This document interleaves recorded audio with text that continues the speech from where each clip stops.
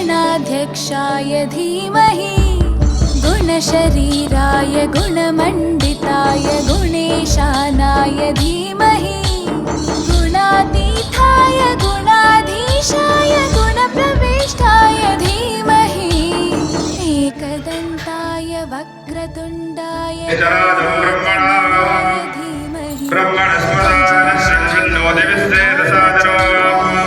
श्री महागणाधिपतये नमः।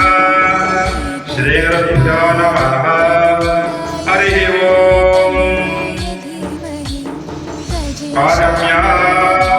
चन्द्राय श्री गणेशाय धीमहि विकटोत्कटसुन्दरदन्तिमुखं भुजगेन्द्रसुसर्पगदावदनं गजनीलगणेन्द्रगणाधिपतिं गणपतिविनायकहस्तिमुखं सुरसुरगणपतिसुन्दरकेतं ऋषिगणपतियज्ञसमानं भवभवगणपतिपद्मशरीरं जय जय गणपति।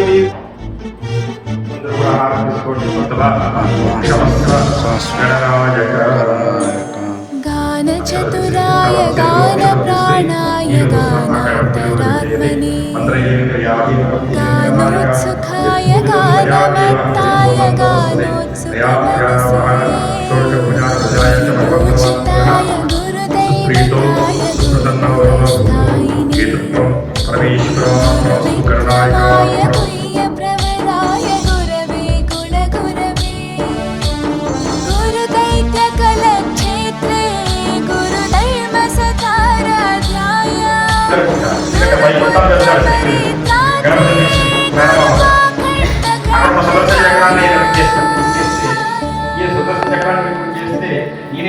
गीतसाराय गीततत्त्वाय गीतगोत्राय धीमहि गूढगुल्फाय गन्धमत्ताय गोजयपदाय धीमहि गुणातीताय गुणप्रविष्टाय धीमहि एकदन्ताय वक्रतुण्डाय तनयाय धीमहि गजेशानाय भालचन्द्राय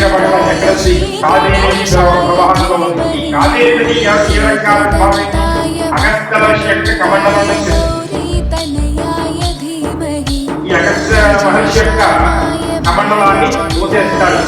गणेशाय धीमहि ఈ భరణ రూపంలో తోసేసి పరిగెత్తుకుంటూ వెళ్తుంటే ఈ అగస్త్య మనిషి ఆ బాలుని వెంబాడికి వెళుతూ ఉండగా వినాయకుడి యొక్క ఆవిర్భావ అవతారోత్సవం జరుగుతుంది. జరిగేసరికి గణపతి లాజు పనిచేసే వాటికి ముట్టిగా వేసుకుని కాకపోతే అందుకని అగస్త్య మనిషి యొక్క కోరిక జరుగు ఆ ముట్టిగా ఎవరైతే వేసుకుంటారో వారి యొక్క కోరికలు కూడా నెరవేరుస్తారని ముట్టికాయలు దాంతో ఒక్కటి సమావేశం అటువంటి తెల్ల మొక్కలు అంటే ఈ గజ మొక్కలన్నీ అంటే గతం జన్మ పాపాలకి జన్మరాహిత్యాన్నిచ్చేవాడు. గతం పాపం గతం పరిస్థితి గణపతి పరమాత్మ స్వరూపంగా ఆరాధిస్తారు. వారు చేసిన